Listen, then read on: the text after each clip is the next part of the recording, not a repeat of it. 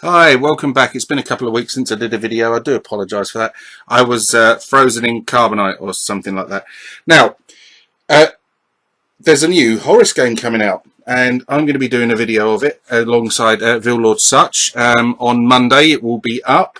It's a great little game. It's by Steve Broad. It's called Merry Christmas from Horace. Now, Steve has done many games in the past, all in his own spare time, and all free for you to download and play from his website. Now, he's done several Hungry Horace games before, and what he's done here is he has presented all four of them in kind of like a compilation, a Microdrive edition of all four games. So bear that in mind. It says Microdrive. That means you have to make sure that your emulator is set to Microdrive, and that when you want to open the file, you press run and you go from there. Run and enter. Make sure it's in 48K mode as well. So there's four games on A Present From Horace is what the compilation's called, Steve's first four games, and you can see the influences in them. They're great little games in their own right. As they're all free and this compilation is free, give it a go, download it, support Steve. He does all this in his spare time, okay, for us to enjoy. So he needs, you know, a big up to him for that. Right, so first off we have Horace Miner. Now you can tell what the influences are here.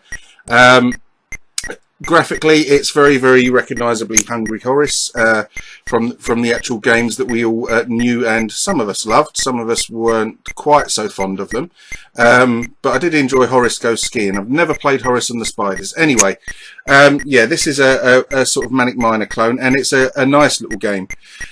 As you can see, you've got to guide Horace through the cavern, collecting the pound signs, and then once you've got each pound sign, you've got to ring the bell to signal the end of the level.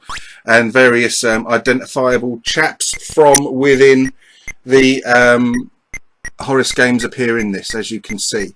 Now, I'm going to link to Lord Such has already reviewed this. I'm going to link to his review so you can check his review of this compilation out. And like I say, we will both be doing the video for Merry Christmas from Horace. That will be out on Monday. So watch this space, guys and gals. Right, so I really enjoyed Horace Miner. It's a very, very nice little game, very, very simple in design, but quite fiendish in design as well. You know, you've got to have a look at the screen, and it's a bit tricky because you're working against air levels in this level, and you've got to complete each one before your air allowance runs down. Otherwise, it's curtains for poor old Horace. So having collected all the things, you've got to make your way back up and get the bell. Now we move on to Horace 2. Horace Miner 2, sorry, I do apologise. And it's very, very different in style to the first game. And it's more recognisable on the initial screen. I say on the initial screen because I couldn't get off it. It's quite tricky. To the original Hungry Horace. And you'll see that as we start. Now the aim of the game here is to collect the pieces of fruit while avoiding the parkies, etc. And again, you are up against an air limit. So you have to complete each screen and level within the allotted time before the air runs out.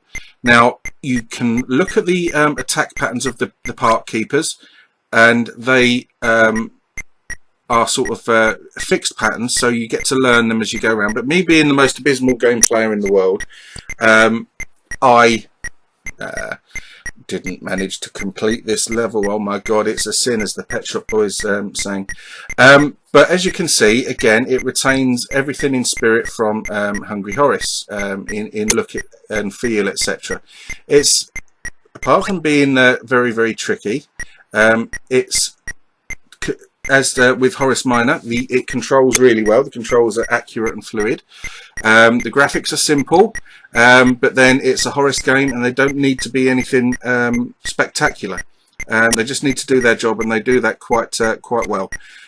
So again, you know, I'm going to keep on mentioning this a few times. You know, Steve has knocked all these up over the course of the last few years in his own time. You know, he's got a family to look after. He's got a job, he's got a house to run, etc. So real labours of love completing these works, and I think that's why I've said before when I've covered homebrew games, you know, we should really support these people, and you know, we should leave comments, etc. On their web pages, on the YouTube, or we need to support people, because otherwise, if people think there's nothing, you know, there's no effort, sorry, there's no recognition involved, they probably, you know, will just lose their enthusiasm to do it. But you know, so you can download this from Steve's website, which I will link in the description box below, which is www.stevebroad.co.uk. And also, as I said, I'm going to link Bill or Such's review of the compilation to it as well in the description box. So you can kind of check them both out if you like. Now, the third game on the compendium is Horace to the Rescue. Now, you can see quite clearly the influences in this one. We've had Manic Miner, we've had the original Hungry Horace game, and here in Horace to the Rescue, it's a tribute to Hunchback, which, in speaking with Steve, is one of his favourite games as well. Now, again, very, very simple design, very, very easy to figure out what exactly it is that you need to do, and but the difficulty does ramp up quite significantly as the game goes on, and literally it's just a case in each one, as in Hunchback, of getting to the other side of the screen and ringing the bell. Now, the compendium, when you download it, will come with some development notes from Steve, so make sure you read them, because he gives you a little bit of insight into why he does this, what his first memories with the Spectrum are, etc. And he's got some other games on the go in the pipeline as well, so please let's support him and make sure that he has the continued enthusiasm to bring stuff like this to us so that we can play free of charge at his own personal time and expense, if there's any expense involved in it, I don't know. So yeah, Horace to the Rescue, again, another addictive little game. These are all quite simply structured games, but often the best games, the most playable games, are the ones that aren't overly complicated. And all of these games are ones that, you know, over the last couple of days I've come back to and sort of tried to get just that little bit further again and again each time. Apart from Horace Miner 2, which I just can't get off that bloody first screen. But that doesn't make it a bad game, does it? It just means that I'm shit at playing them. So, very, very shortly, Horace to the Rescue is going to come to an end, and we are going to move on to the final game on the compilation. Now, as you see before I start each game, you get the kind of menu select screen for each particular game on the virtual Microdrive cartridge. Now, that's inspired by the selection screen, the track selection screen on the old Cyan game Checkered Flag, which I'm sure we all remember. And again, I think it's a really, really nice touch. It adds a nice little front end to tie the package together. So, we are moving on finally and swiftly to Horace to the Rescue 2. I wonder who's got a rescue this time. You know, if it's video game tropes, they seem to be that, you know, all our video game heroes tend to fall in love with the dumbest women in the world, who tend to get themselves captured, and then having got themselves rescued, they go and get captured again. That's good, isn't it? Right. Horace to the Rescue 2 adds a platforming element to it as well. As you can see, it is different from the first game, but it does retain a lot of the features that make it still identifiable, such as the arrows, etc. And you will see in this segment again the return of some of the familiar faces from within the Horace series, the Park Keepers, etc. I think it's just the Park Keepers in this one. I trimmed this gameplay segment down quite a bit when editing it, because I'm not playing and narrating at the same time. You know, that's well beyond my capabilities to do that. So I always record the gameplay first and then add the me talking bollocks over the top later. Horace to the Rescue 2. So that's 4 Hungry Horace games. Fan games, fan-written games. You know, Steve is an unashamed fan of the series. It was one of the first games he ever played on the Spectrum, and his love for it has followed him all the way through up until present day.